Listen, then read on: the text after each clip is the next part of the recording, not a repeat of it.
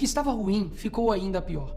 Nos últimos dias veio à tona um dos maiores escândalos envolvendo aposentados e pensionistas do INSS. 4 milhões de idosos roubados. E é claro, vão espalhar a narrativa de que tudo começou no governo anterior. E já percebeu que no governo passado tudo era culpa só do presidente. E nesse governo nada é culpa do presidente? Mas olha só que interessante.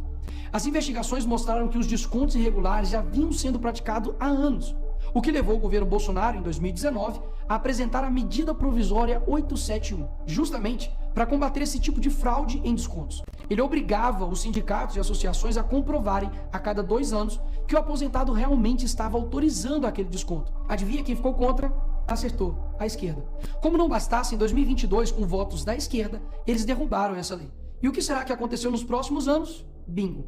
Foi exatamente depois de derrubar esse mecanismo de proteção contra as fraudes que houve esse aumento absurdo de descontos indevidos. Ou no português claro, aumento absurdo de roubo contra idosos. Desde o início do governo Lula, representantes dos Ministérios da Previdência participaram de pelo menos 15 reuniões com entidades que hoje estão sendo investigadas. Inclusive, o próprio ministro, Carlos Lupe, e o ex-presidente do INSS, Alessandro Stefanuto, estiveram em 8 dessas reuniões. A entidade que mais participou dos encontros com os ministros foi a CONTAG, justamente a organização que mais roubou o dinheiro dos aposentados. E o escândalo é ainda mais grave. O relatório de auditoria da CGU revelou que, em muitos casos, as autorizações para descontos foram feitas em nome de pessoas que sequer tinham condições de manifestar a sua vontade. Foram encontradas situações absurdas.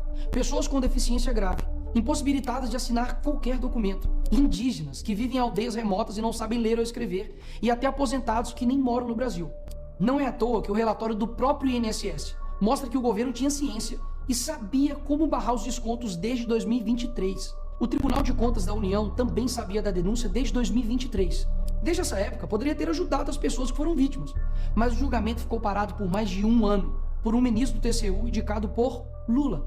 E o sindicato investigado era do irmão do Lula. E o filho do Lewandowski, ministro do Lula, advoga para outra entidade acusada de fraude do INSS. É o país das coincidências. Ou seja, reuniram com entidades investigadas, foram avisados, confessaram que sabia e ignoraram. Fingiram que não viram. Agora, com a pressão do escândalo, o governo Lula trocou o ministro e só. Nenhuma consequência para ele. Engraçado, né? Se o pobre erra o CEP no cadastro, é fraude. Mas se o sistema desvia bilhões, é só trocar o responsável. O mesmo responsável que em 2011 também foi trocado pela Dilma por corrupção no seu ministério. Isso mesmo. Lula escolheu Carlos Lupe, um cara com histórico de corrupção para cuidar do dinheiro de idosos e doentes.